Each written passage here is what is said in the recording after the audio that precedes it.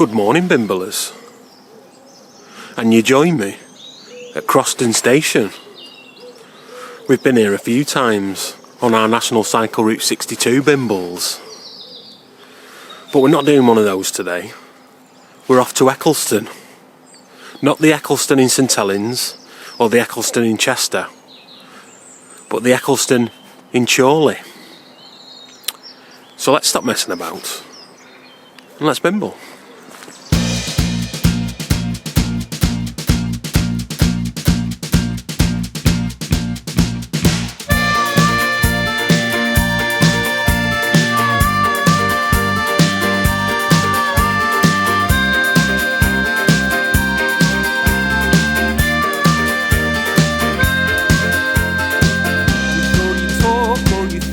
On your mind, are you listening? You still won't figure it out. Figure it. With all your thoughts on your mind all the time, oh, it's deafening. You still won't figure it out.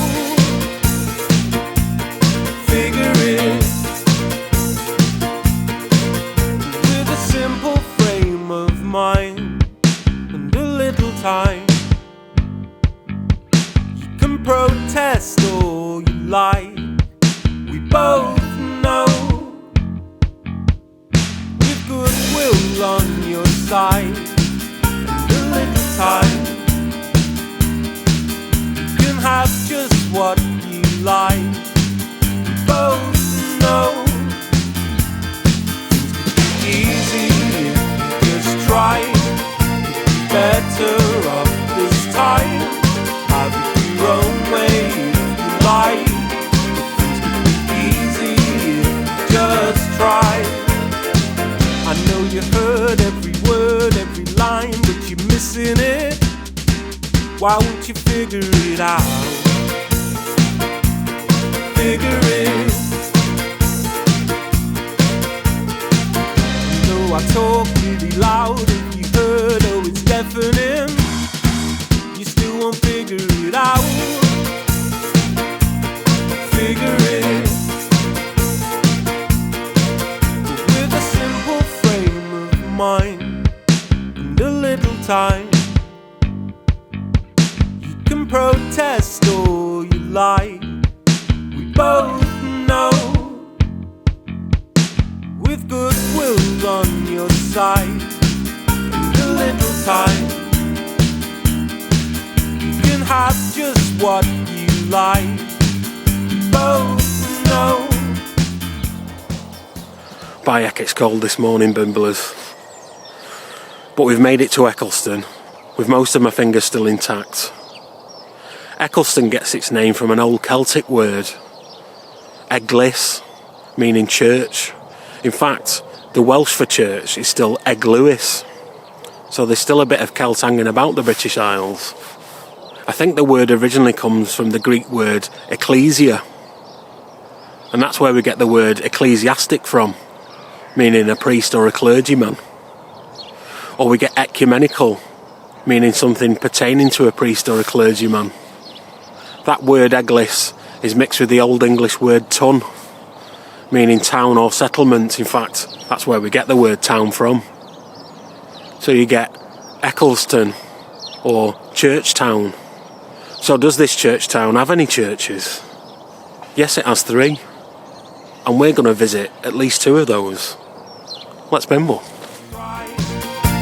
Better off this time. Have it your own way if you like.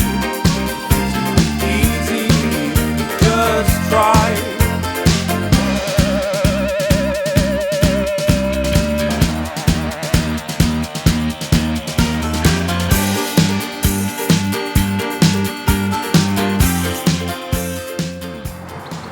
This is St Mary the Virgin's Church here in Eccleston, and it sits to the side of the River Yarrow, which flows off and meets up with the River Lostock over in Croston, where we started today's bimble.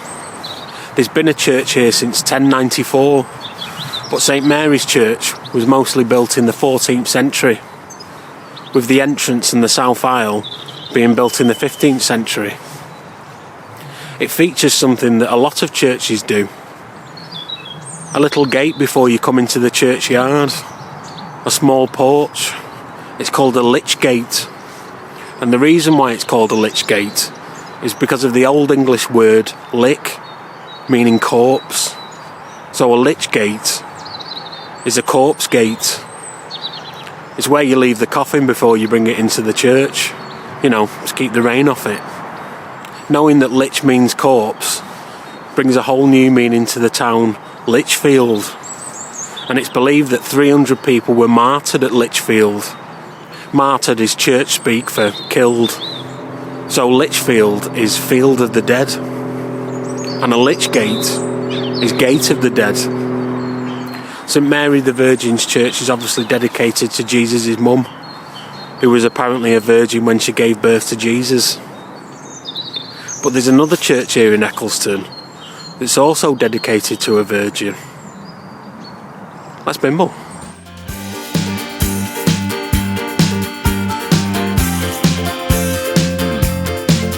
With a simple frame of mind and a little time,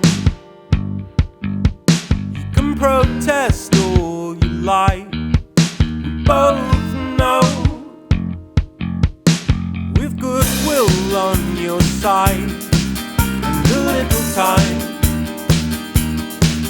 you can have just what you like. We both know it's easy if you just try. Better off this time. Have your own way you like. It's easy if you just try. It's easy if you just try. Better off this time. This is the Catholic church here in Eccleston, and it's dedicated to St Agnes. According to scripture, she was a very beautiful young lady from a wealthy family, and she was born in 291 AD. Being that she was so beautiful and wealthy, all the men wanted to marry her, and she was proposed to on many different occasions. But every time someone proposed to her, she said that she was married to the Lord. She said that Jesus Christ was her only spouse. The governor of Rome's son, Procop, he really had the hots for her, but she kept turning him down. And eventually his father, the governor, decided to give her many gifts, but she still turned him down. And then he chained her up, to force her to marry him, but she turned him down. And he sent her off to a place of sin, which I think is a bit of a poor place, like Widnes. But she still turned him down. She wouldn't marry him. So Procop and his father reported her to the authorities, telling them that she was a Christian. And the Romans didn't really like that at the time. So they condemned her to death. And there's many different accounts of how she died. One of them saying that she was burnt at the stake, and another one saying she was burnt at the stake, but the flames parted and wouldn't touch her. But all the accounts say that she was ran through with a sword, and that's how she died. In 304 AD, age 12. Wrong uns, these Romans. There's one other saintly figure here in Eccleston, the patron saint of speed bimblers, Bradley Wiggins. He lives round here somewhere. There's no way he's a virgin, not with those sideboards. Time. You can have just what you like. Both know it's easy if you just try. Better off this time. Have your own way you like. It's easy if you just try. It's easy if you just try. Better off this time. Have your own way you like. It's easy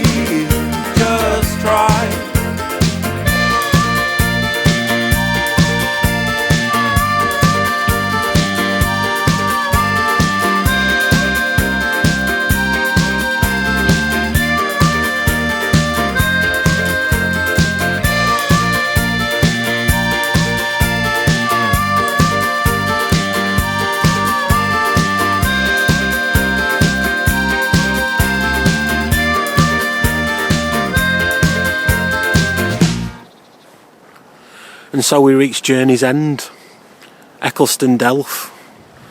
Eccleston Delph used to be a quarry.